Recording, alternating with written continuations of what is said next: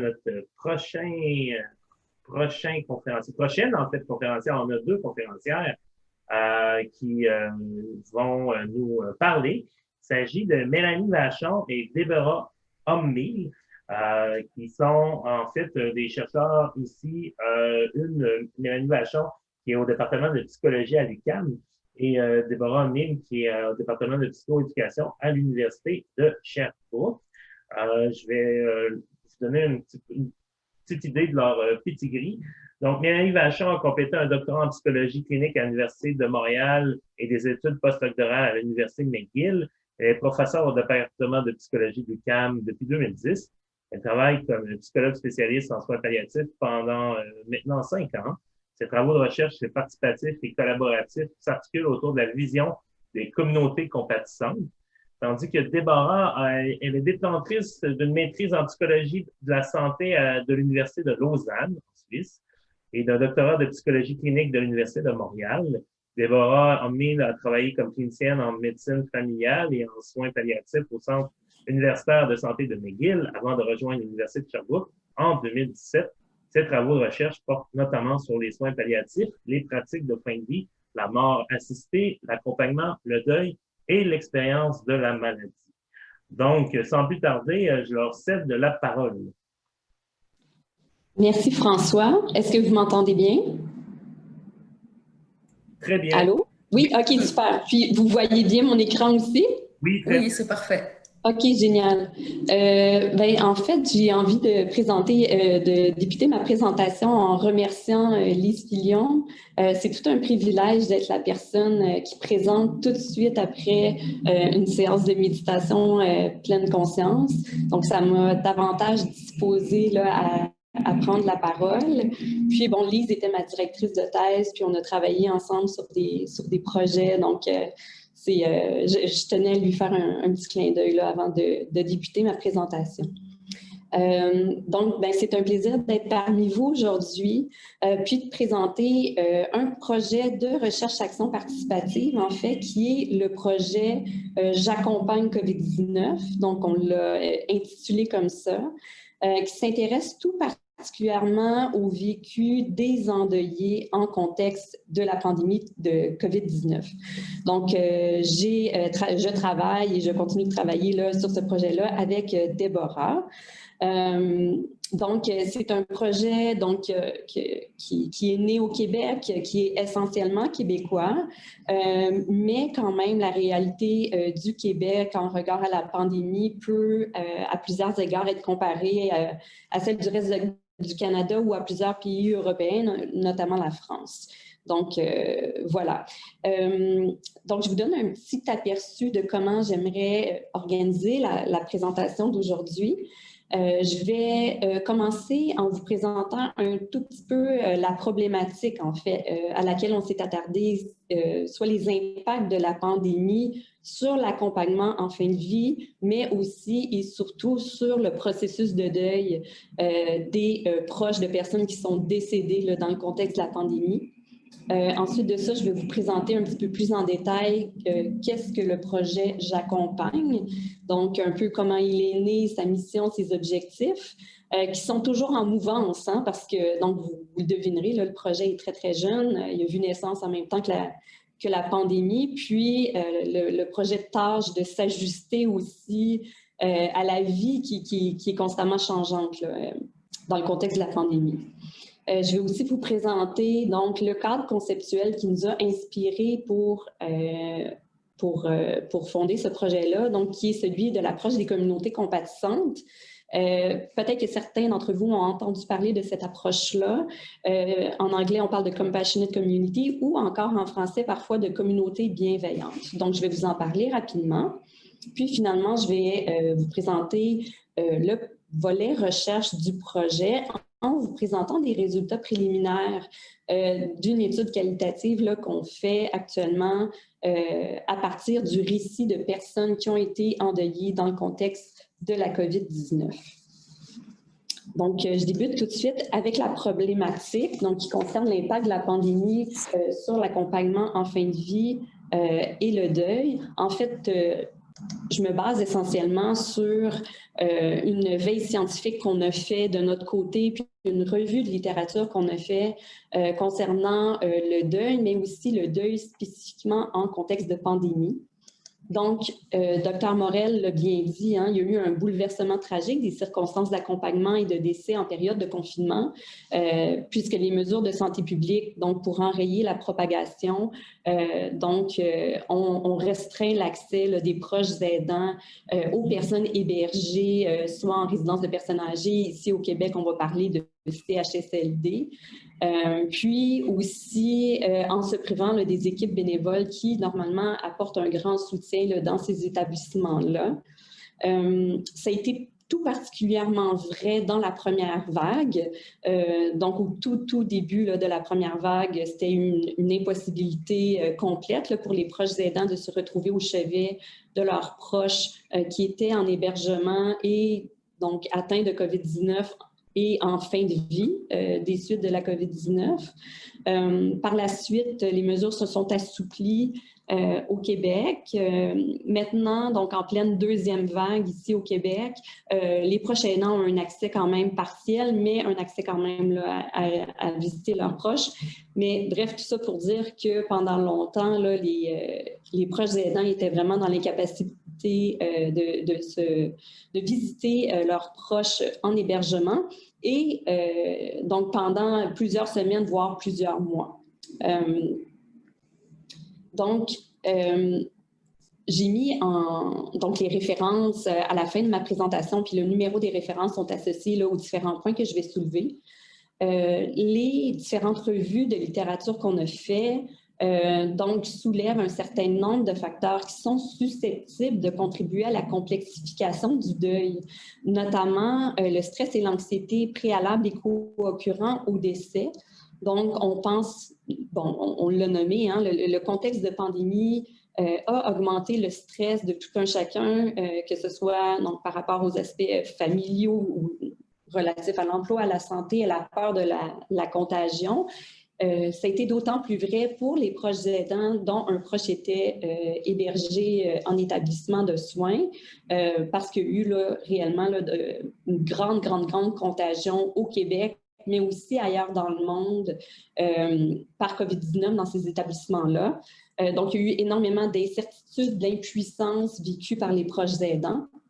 On sait également que les circonstances de décès, donc souvent les gens qui vont décéder de la COVID-19, c'est une fin de vie qui va être souvent précipitée en quelques jours, quelques semaines tout au plus, avec un déclin rapide et donc une impossibilité là, pour les proches aidants d'accompagner leurs proches et de se rendre au chevet. Une impossibilité aussi de commémorer donc les pertes. Hein, on sait que les rites funéraires, donc il y a des données qui suggèrent que les rites funéraires sont associés à une meilleure intégration de la perte d'un être cher, puis peuvent faciliter la recherche de sens suite à la perte. On sait aussi que le fait de commémorer un décès peut donner accès à une forme de reconnaissance sociale, mais aussi à beaucoup de soutien social qui est en fait un facteur de protection dans le deuil. Au contraire, là, en contexte de confinement, on est davantage isolé, donc privé d'une forme de soutien social. Donc, il y a aussi, donc, pour parler un petit peu plus de la situation au Québec, hein, Dr Tremblay, Dr Morel et Dr Tremblay l'a très bien fait, puis ça fait écho aussi à la présentation de Dr Morel.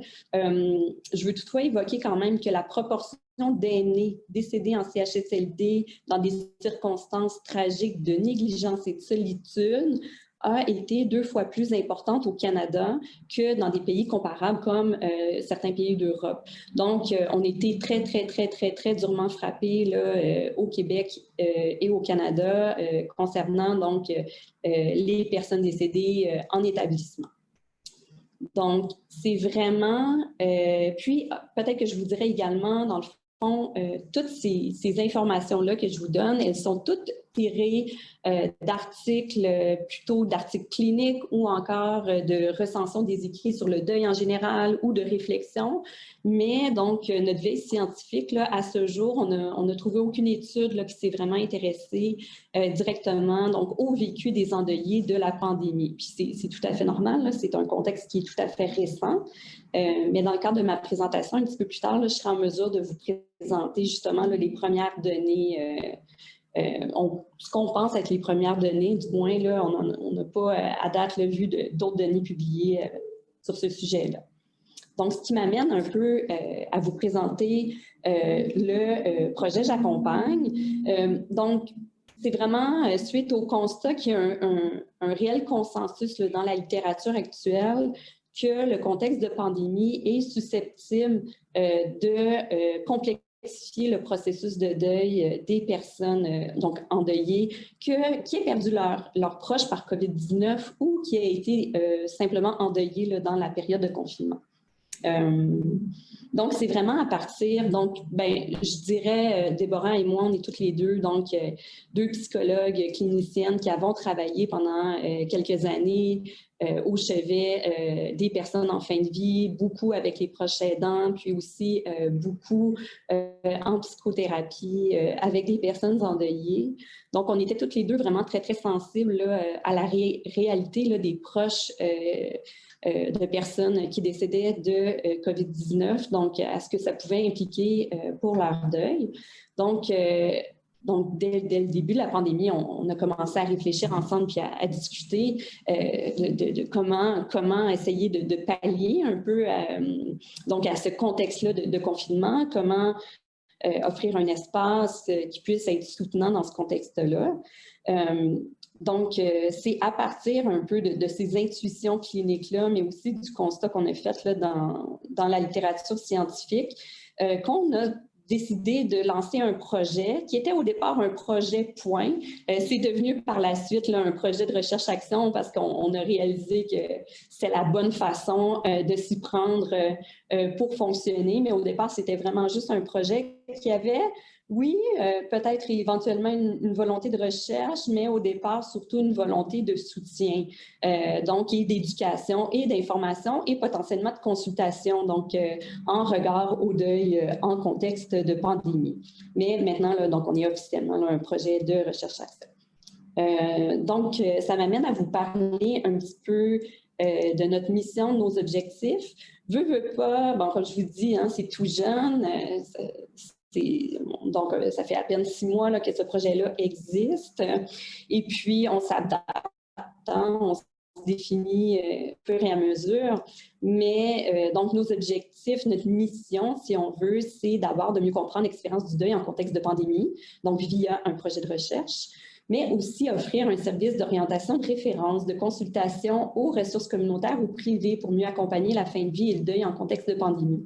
Donc, à titre d'exemple, on a offert plusieurs webinaires sur l'expérience du deuil et sur les particularités du deuil en contexte de pandémie à différents organismes communautaires, par exemple au réseau des communautés usagées au Québec. Donc, on a répondu aussi à des demandes de consultation nous venant de professionnels de la santé, par exemple, qui se sont retrouvés à devoir faire face donc ou aider ou soutenir des personnes durement endeuillées pendant le contexte de la pandémie puis qui étaient peut-être un petit peu à bout de ressources pour travailler dans ces contextes-là. Ensuite de ça, une autre de nos missions, c'est un peu de briser l'isolement des personnes qui ont perdu un être cher en contexte de pandémie en créant une communauté virtuelle de soutien. Donc ça, c'est en cours, c'est en train de se faire. Puis aussi de sensibiliser, éduquer la population générale aux enjeux d'accompagnement et de fin de vie et de deuil, en fait, en contexte de pandémie. Ça, on le fait beaucoup via les réseaux sociaux. On a quand même eu beaucoup d'implications avec les médias, par exemple. Mais tout de même, maintenant, là, on tâche de répondre à ces objectifs-là vraiment par notre structure de recherche-action. Donc, pour penser un peu le projet J'accompagne, on s'est inspiré, puis de toute façon, je m'inspire de cette approche approche-là pour tous mes projets maintenant, de l'approche des communautés compatissantes. Donc, vous aurez, là, j'ai mis mes références à la fin, vous aurez la possibilité là, de lire davantage sur cette approche-là si vous n'êtes pas familier. Mais déjà là, je vous en sors les points principaux. Donc, c'est une approche qui a été développée en Australie par Kelly Heer dans les années 2000. Puis, le postulat, en fait, de cette approche-là, c'est que les questions qui sont relatives à la fin de vie, à la mort et au deuil, mais ce n'est pas exclusivement des enjeux de santé personnelle, ce n'est pas non plus exclusivement des situations médicales ou psychosociales, ce sont des enjeux de santé publique et ce sont des enjeux culturels et sociaux qui nous concernent tous. Donc, dans cette optique-là où ces questions-là devraient tous nous interpeller en tant que communauté, en tant qu'individu, ce qu'on veut, c'est capitaliser sur les forces collectives pour promouvoir ce qu'on va appeler la santé psychologique en contexte de fin de vie et de deuil, c'est-à-dire la possibilité de vivre et d'aborder la question de la fin de vie et du deuil d'une manière qui soit sensée dans le cours de l'existence plutôt que comme événements médicaux à occulter. Donc, dans le contexte où la pandémie tend à amplifier l'isolement, à fragiliser la santé mentale des individus, puis à taxer plus que jamais le système de santé là, qui était déjà en fait amputé d'une partie de son personnel, de ramener une forme de soutien au sein de la collectivité, dans les contacts entre les personnes, puis aussi dans les capacités personnelles de résilience de tout un chacun à se soutenir, mais ça répondait là, vraiment donc d'une manière pertinente, là, précisément au contexte de pandémie. Puis, le modèle des communautés compatissantes donc, représente un moyen qui est à la fois accessible et équitable d'accompagner les personnes éprouvées par la perte en contexte de pandémie. Donc, faut dire aussi, en fait, je tiens à le mentionner, le projet J'accompagne a été subventionné notamment là, par des instituts de recherche en santé du Canada pour procéder sous forme de recherche-action. On a aussi, au départ, obtenu un soutien de démarrage de la part du CRIS et du Arcuspal. Donc, mais tout ce qu'on offre, donc toutes les consultations, les webinaires, les soutiens, les échanges qu'on a, donc avec les personnes endeuillées, avec les proches, tout ça c'est gratuit, ça le restera bien entendu. Puis, on préfère donc c'est ça, outiller tout un chacun à être en mesure d'aborder de manière sensible et sensée les enjeux relatifs au deuil et à la fin de vie, plutôt que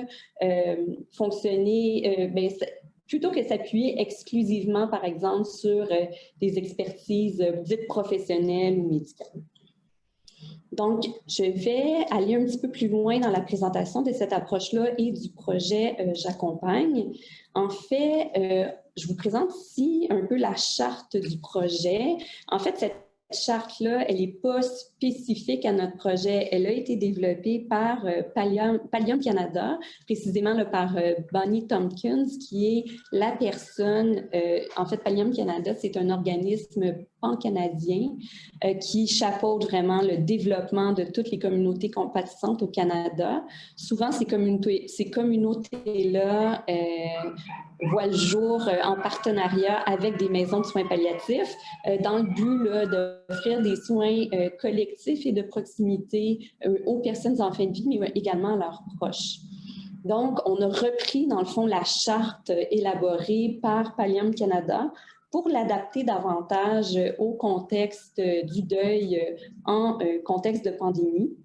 Donc, ce qu'elle représente, cette charte-là, c'est dans le fond, c'est 13 sphères d'activité de notre projet ou 13 sphères sociales à partir desquelles on peut intervenir ou agir pour avoir un effet potentiel quant au sujet qui nous concerne. Dans notre cas, c'est vraiment quant au deuil en contexte de pandémie, quant au soutien des personnes endeuillées en contexte de pandémie. Donc, vous verrez que dans la charte que je vous présente ici, il y a certains termes là, que j'ai mis en bleu, puis il y en a d'autres qui sont en gris.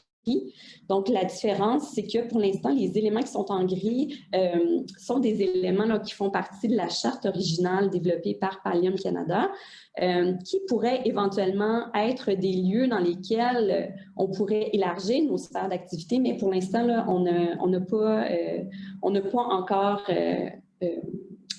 encore eu d'accès à ces milieux-là, puis on n'a pas de partenariat non plus avec ces milieux-là là, pour travailler avec eux. Toutefois, donc, toutes les boîtes bleues, donc, sont toutes des sphères dans lesquelles on est intervenu, on s'est impliqué dans le but de mieux soutenir les endeuillés de la pandémie. Donc, à titre d'exemple, on a un partenariat avec la maison de soins palliatifs Diapason, donc qui, dans le contexte de pandémie, se trouve à devoir offrir ses services de soutien au deuil de manière virtuelle. Donc, avec l'expertise qu'on a développée un petit peu de notre côté sur le deuil spécifique au contexte de pandémie, mais on est en mesure de travailler avec eux pour les aider, leur donner un coup de main, dans le fond, dans les écueils qui peuvent être associés au soutien virtuel. On a fait aussi beaucoup éducation, formation, donc des webinaires à des organismes communautaires. Très active aussi, je dis active parce qu'on est juste des femmes ou presque, sur les médias sociaux, pour sensibiliser la population générale à ce que vivent les endeuillés en contexte de pandémie. Donc, je vais pas m'attarder sur chacun des éléments parce que donc je voudrais pas dépasser le temps de parole qui m'est octroyé. Par contre, vous verrez que tout juste en haut, donc, il y a un élément qui concerne la recherche et l'évaluation. Donc, c'est sûr que des projets comme le projet d'Accompagne, qui s'étendent dans différentes sphères de la vie, qui ont divers champs d'action, c'est un petit peu difficile à évaluer. Mais quand même, on a un souci par la recherche d'encadrer un petit peu le travail qu'on fait. Donc, éventuellement, en cours d'année, donc on a un projet qui va se déployer sur une année, un projet de recherche-action.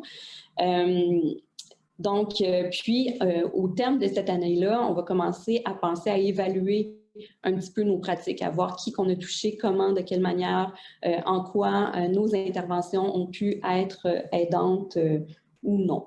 On a aussi, dans le fond, notre volet recherche qui s'emploie surtout à essayer, dans un premier temps, de mieux comprendre l'expérience du deuil en contexte de pandémie. Donc, ce projet de recherche qui est en cours depuis le printemps. Donc, je vous donne un petit aperçu de notre démarche.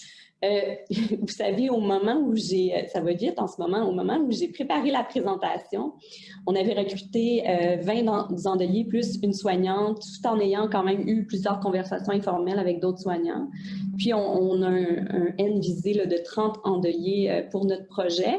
Mais dans le fond, ces chiffres-là sont déjà plus du tout actuels. En fait, on en est à 25 personnes endeuillées qui font partie maintenant de notre communauté J'accompagne, qu'on suit pour le projet de recherche, mais aussi dans le cadre du soutien qu'on offre. Donc, 25 personnes et donc 34, je pense, entretiens complétés virtuellement ou en personne quand ça a été possible pendant l'été, donc en respectant les mesures de distanciation sociale. Il y a certains, à la demande des participants, certains entretiens qui ont pu être faits en personne. Donc, ce qu'on fait, dans le fond, c'est qu'on rencontre les gens qui ont perdu un proche, que ce soit de COVID-19 ou non. Donc, il y a eu des différences quand même importantes dans ces deux types d'expériences-là. Pour l'instant, au niveau de l'analyse des données, on s'est concentré davantage sur les gens qui avaient perdu un proche de COVID-19 pour en faire ressortir vraiment des éléments particuliers quant au deuil. Puis c'est un peu ce que je vais vous présenter aujourd'hui. Donc, des entretiens complétés virtuellement, transcrits intégralement. Puis, on a fait donc une analyse qualitative préliminaire avec la phénoménologie interprétative de Smith. À titre d'exemple, par exemple, pour nos entrevues, donc on va demander à la personne de nous raconter, avec le niveau de détail avec lequel elle est confortable, ce qu'elle a vécu, ce qui s'est passé à partir du moment où elle a suspecté qu'il y aurait une contamination à la COVID-19 pour son proche, jusqu'à maintenant, dans le fond, maintenant étant la date de l'entrevue. Donc, la personne, typiquement, va nous raconter son récit à partir du moment où ils ont eu les premières inquiétudes que leurs proches pouvaient être contaminés. Toutefois, plusieurs d'entre eux, donc c'est intéressant quand même de le mentionner dans le contexte du projet, mais aussi de la recherche. Puis, en fait, vous allez le voir, je vais tout de suite mettre mon autre diapo, là, je vais le décrire un petit peu plus en détail, mais vous verrez que la plupart, donc on a un âge moyen de 54 ans chez les personnes qu'on a rencontrées en entrevue. Donc, je vous dirais que normalement, ce sont beaucoup des personnes, donc dans la cinquantaine, dont un proche était soit en résidence de personnes âgées ou encore en CHSLD. Donc, on parle de gens qui ont déjà un long parcours de proche aidance. Qui ont déjà dû, à un certain moment, donc dans la dernière année ou dans les 2 dernières années, prendre la décision de placer leurs parents dans un établissement. Donc, ça a été une décision difficile pour plusieurs d'entre eux. Bien entendu, là, je pense que ça fait partie des moments charnières de notre vie quand on comprend que bon, notre parent n'est plus en mesure de vivre par lui-même, puis que pour nous, c'est trop peut-être d'assumer ses soins. Puis, dans le fond, je vous le mentionne spécifiquement parce que pour plusieurs personnes, il y a quand même certains regrets, hein, un désir de revisiter cette décision-là de placer leurs proches. Donc, je me dis que si je l'avais gardé avec moi, par exemple, la personne n'aurait jamais été contaminée. Donc, ce sont des réflexions qui occupent quand même là, les pensées des proches aidants qu'on a rencontrés. Bref, pour l'analyse que je vais vous présenter, donc vous avez vu que le projet est plus large. Hein, on voudrait 30 endeuillés, on va faire plusieurs entrevues avec chacun. Toutefois, là, donc, dans la première vague, on a réussi quand même à avoir 15 participants, dont 12 étaient des endeuillés par COVID-19, avec qui on a complété 19 entretiens. Puis, c'est ceux, en fait, qu'on a eu le temps d'analyser là, pour la présentation d'aujourd'hui. Les autres seront analysés plus tard. Donc, je vous donne un petit peu les caractéristiques sociodémographiques de ces 12 personnes-là. Donc, âge moyen de 54 ans, donc des entrevues environ d'1 heure. Temps écoulé depuis le décès, on parle de semaines. Ça, c'est au moment de l'entrevue. Hein? Donc, la plupart, là, donc entre 2 et 12 semaines après le décès, donc on les a rencontrés. Puis, à titre d'exemple, ça fait partie des choses qu'on fait avec nos participants. On commence tranquillement à commémorer des 6 mois post-décès. Donc, c'est quelque chose qu'on fait. Donc, on relance après avoir rencontré nos participants une première fois. On les relance une dizaine de jours après pour voir comment ils se portent suite à l'entrevue. On prend des nouvelles. Quand il y a des moments importants dans la trajectoire de deuil, je pense par exemple à l'anniversaire du proche décédé ou encore lorsqu'on sait qu'il y a une commémoration virtuelle ou physique qui est prévue, on s'assure de prendre des nouvelles des personnes. Puis certains d'entre eux vont nous solliciter aussi davantage, par exemple, pour prévoir leur commémoration ou encore pour faire un retour avec nous sur la manière dont les choses se sont passées. Donc, ça se veut une forme de soutien informel, mais quand même avec un certain cadre. Puis pourquoi ce soutien informel-là? Bien, c'est très cohérent avec l'approche des communautés compatissantes, mais aussi c'est bien documenté dans la littérature que l'une des choses les plus appréciées par les personnes endeuillées, c'est le soutien informel qu'on va faire pour eux. Donc, de prendre de leurs nouvelles, de se soucier d'eux, d'être une ressource pertinente par rapport à leurs besoins immédiats. Donc nous, c'est sûr qu'on ne peut pas se soucier de tous leurs besoins, mais pour les besoins qu'on peut pas, auxquels on ne peut pas pallier, bien, on a quand même monté une liste de références et de contacts assez impressionnante. Donc, on est en mesure de les réorienter là, vers des endroits où leurs besoins pourront être répondus. Donc, surtout des femmes, donc 10 femmes, 2 hommes, ça c'est sans surprise, hein, parce que la grande majorité des personnes qui participent aux recherches concernant la fin de vie et le deuil sont des femmes. Puis, les femmes sont surreprésentées dans la population de proches aidants. Donc, c'est cohérent là, avec ce qu'on sait. Qui ont accompagné donc un père, une mère pour la plupart, un conjoint dans un cas. Puis, donc ces personnes-là, pour la plupart, là, ont attrapé la COVID-19, soit dans une résidence de personnes âgées, dans un CHSLD, au cours d'un court séjour d'hospitalisation. Puis, dans un cas, en fait, c'est une dame travailleuse de la santé qui l'a contracté dans le cadre de son travail, puis qui a contaminé son conjoint qui est décédé. Donc, ça m'amène donc à vous parler un petit peu des résultats. Donc, je n'aurai pas le temps d'aller en détail sur tout plein de résultats, mais quand même, je veux vous donner peut-être le portrait global. Donc, on a choisi de conceptualiser les résultats un peu sur la trajectoire parcourue par ces personnes-là, donc de l'accompagnement jusqu'au deuil. Spécifiquement en s'intéressant en fait aux éléments relatifs à l'accompagnement puis au décès qui laissaient des traces dans le processus de deuil. Hein. Dans le fond, nous, on a rencontré là, des gens alors qu'ils étaient en plein processus de deuil, puis on s'est intéressé spécifiquement à leurs questions, à leurs angoisses, à leurs émotions, à leur expérience du deuil. Puis on est allé voir dans ces contenus-là, mais qu'est-ce qui est des traces, en fait, des circonstances de décès? Qu'est-ce qui est des traces de l'accompagnement qui a eu ou qui n'a pas eu lieu? Donc, c'était vraiment ça l'angle qu'on souhaitait prendre, un angle sur une trajectoire.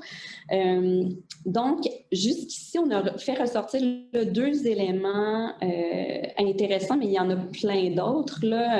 On n'a pas, à titre d'exemple, on ne s'est pas encore penché du tout sur la question des rituels, de l'absence de commémoration, donc on n'a pas encore eu le temps, mais on a quand même fait ressortir deux éléments, donc qui ont lieu, en fait, deux éléments ayant lieu là, dans l'accompagnement ou le non-accompagnement et tout près du décès, qui laissent des traces dans le processus de deuil et donc qui sont peut-être, on ne sait pas, le temps va nous le dire, peut-être qui pourraient être en jeu là, dans une complexification du processus de deuil. Donc, le premier élément qu'on a fait ressortir, ce sont les dilemmes éthiques qui ont été vécus par les proches aidants, donc en pré-décès, si on veut. Donc, le dilemme éthique fondamental étant, donc, d'un côté, une éthique personnelle, un désir profond, un besoin d'être là, hein, pour la personne qui est en train de décéder dans des circonstances au départ qui étaient vraiment tragiques, là, donc dans de la solitude, souvent dans un manque de soins, un besoin d'être à ses côtés, un besoin de pouvoir la rassurer, un besoin de pouvoir voir la personne avant qu'elle décède, et de l'autre côté, des mesures de santé publique qui ne permettaient pas au départ là, aux personnes de se rendre au chevet, qui par la suite là, ont ouvert un peu, mais je vous donne un exemple de cas là, de dilemme éthique. Par exemple, donc, une dame qui, elle, souffrait de problèmes de santé chronique, donc une dame qui est mère de 2 jeunes enfants, donc la mère est en train de décéder là, de COVID-19. Donc, pour elle, c'est le gros dilemme. Donc, est-ce que je mets ma propre santé à risque alors que j'ai des conditions chroniques qui ont été, donc, qui sont, on sait, là, des facteurs de risque dans les complications liées à la COVID-19? Donc, qui a dû se positionner puis faire un choix, donc de rester, de ne pas hypothéquer sa santé, donc notamment parce qu'elle est une mère de 2 jeunes enfants et de ne pas pouvoir ainsi là, se rendre au chevet de sa mère. Donc, énormément de dilemmes éthiques donc, dans la période d'accompagnement et de décès qui laissent des traces dans le processus de deuil, qui laissent des traces parce que, en termes de regret, en termes de culpabilité, en termes de sentiments d'injustice parfois aussi. Donc, ça, c'est un élément qui a été ressorti. Donc, je ne pourrais pas l'approfondir davantage parce que je vais prendre trop de temps. Par contre, peut-être que je pourrais répondre à certaines questions, mais je dois aussi avouer là, qu'on a un article en préparation là, qui va pouvoir décrire davantage là, ces situations-là avec des cas précis là, de verbatim de personnes là, qui ont vécu ça. L'autre élément sur lequel je voulais davantage m'attarder aujourd'hui, c'est la question de l'incompréhension des soins palliatifs et de fin de vie au moment du décès.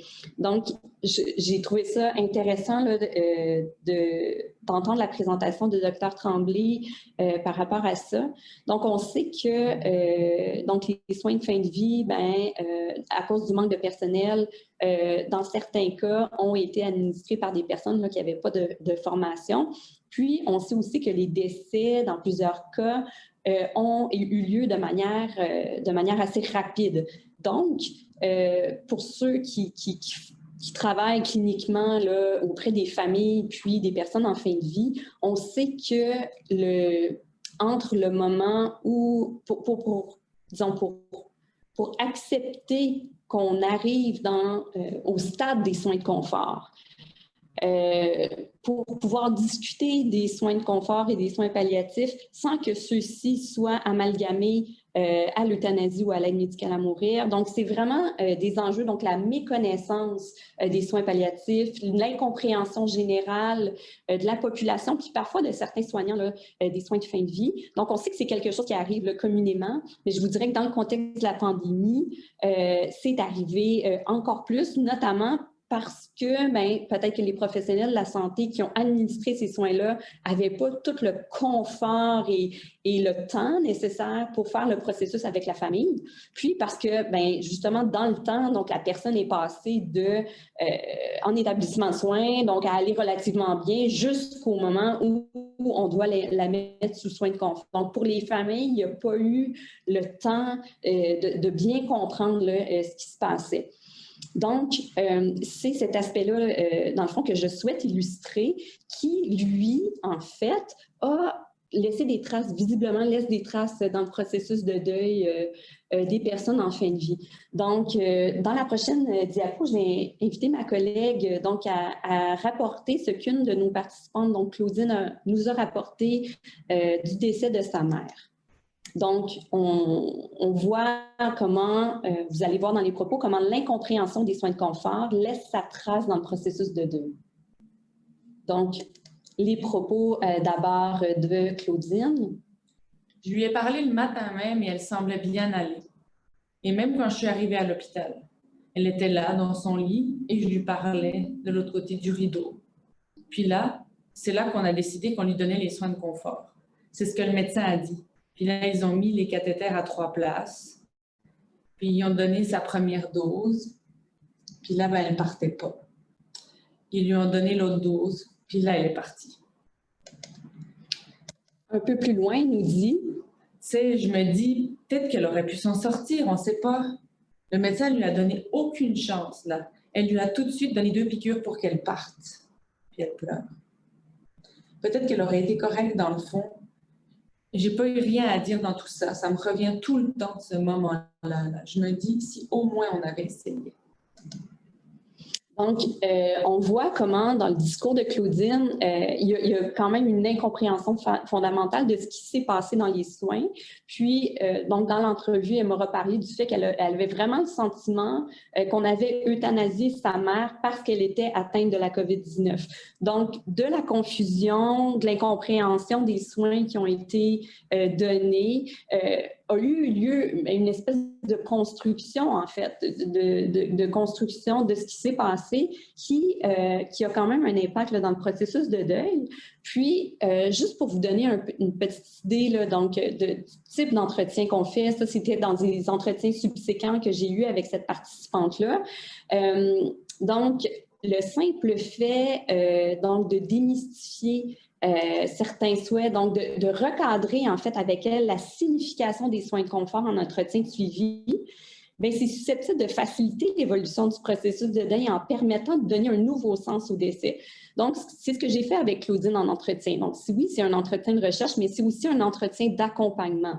Hein? Puis, j'ai été en mesure de lui dire, bien, voici ce que c'est que normalement des soins de confort. Donc, d'ouvrir la possibilité à ce que ce qu'on lui a administré, c'était probablement donc 2 choses différentes qui pouvaient avoir des effets sur 2 symptômes différents, mais que l'intention de ces soins-là n'était pas d'entraîner ou de précipiter la mort de sa mère. Puis de recadrer, bien, quelle est la place des soins de confort? Pourquoi on se rend aux soins de confort? Donc, pour elle, ça a eu un effet extrêmement soulageant. En fait, ça lui a permis, à ce moment-là, puis on l'a vécu en entretien ensemble, de vraiment passer d'une certaine colère au sentiment d'injustice à... Dans le fond, le médecin a fait ça pour lui éviter de souffrir. Puis, donc là, elle pouvait davantage toucher à sa peine, à son émotion, oui, à son impuissance face à la situation générale et non être en colère contre le médecin, alors que c'était vraiment ce qu'elle vivait là, à ce moment-là. Donc, quel est le type d'implication d'un tel résultat pour le soutien au deuil? Bien, en fait, moi, ce que ça me dit, c'est qu'il y a une certaine spécificité de l'intervention en contexte de deuil par COVID-19, c'est-à-dire que si, donc moi, j'ai une expérience en soins palliatifs, je sais ce que c'est que des soins de confort, mais si je n'avais pas été en mesure de démystifier avec la personne ce qui s'est passé au moment du décès, puis on s'entend que je ne peux pas donner de l'information médicale, mais de simplement démystifier ce qui est des soins de confort, bien, ça m'a permis vraiment de permettre à cette personne-là de faire un bout de chemin dans son deuil. Donc, ce que moi, ça me dit, c'est que dans la mesure où on accompagne des personnes dont un proche est décédé de la COVID-19 et on peut s'attendre à ce qu'il y ait quand même des enjeux autour d'une incompréhension des soins de confort, c'est pertinent que la personne qui fait l'accompagnement soit outillée pour démystifier un peu ce que c'est que les soins de confort, puis pouvoir aborder cette question-là avec la personne. D'ailleurs, dans notre échantillon, plusieurs personnes se sont demandé, bien, est-ce que je devrais faire venir le dossier médical? Qu'est-ce qui s'est passé dans le fond? Parce que la plupart des gens n'étaient pas sur place au moment du décès, ni dans les jours qui ont précédé le décès. Donc, ils ont un besoin de comprendre. Donc, pourquoi on a décidé qu'il était en fin de vie? À quel moment? Qu'est-ce qui a fait qu'on a décidé ça? C'est quoi? À quel moment il est parti? Puis au moment où il partait, est-ce qu'il criait? Est-ce qu'il souffrait? Donc, il y a énormément de questions sans réponse. Puis de revisiter ça avec la personne. Donc, peut-être plus que peut-être faire venir le dossier médical ou du moins si la personne décide tout de même de faire venir le dossier médical, peut-être d'avoir un accompagnement là, dans la consultation de ce dossier-là, ça peut être pertinent. Donc, pour moi, ce que j'en fais, ou ce qu'on en fait avec le projet J'accompagne, c'est qu'on se dit, OK, les personnes qui offrent du soutien dans le contexte endeuillé de la COVID-19, ça serait pertinent qu'ils soient à l'aise à aborder la question des soins de confort. Ce que ça nous dit, c'est qu'il y a peut-être un besoin de formation. On travaille avec beaucoup d'organismes, par exemple, le Réseau des aidants naturels du Québec, qui contient plusieurs organismes communautaires qui fait du soutien au deuil des endeuillés de la COVID-19. On se dit, OK, ces gens-là devraient être outillés pour pouvoir aborder la question des soins de confort avec les endeuillés de la COVID-19 si c'est un enjeu. Puis, la question des enjeux éthiques en est une autre également. Donc voilà, ça m'amène, je ne sais pas comment je suis dans le temps, mais bon, ça m'amène quand même à clore cette présentation-là avec plusieurs remerciements. Donc, comme je vous l'ai dit, là, on a été financé pour ce projet-là. On a plusieurs partenaires, les principaux étant la Maison de soins palliatifs au diapason, Pallium Canada, le Portail palliatif canadien, puis le regroupement des aidants naturels du Québec, puis on en a d'autres. Donc voilà, ça serait la fin pour moi. J'imagine qu'il y a quand même quelques questions Donc, s'il y a des questions, là, je serai disposée à leur répondre, bien entendu. Merci, Mélanie. Merci.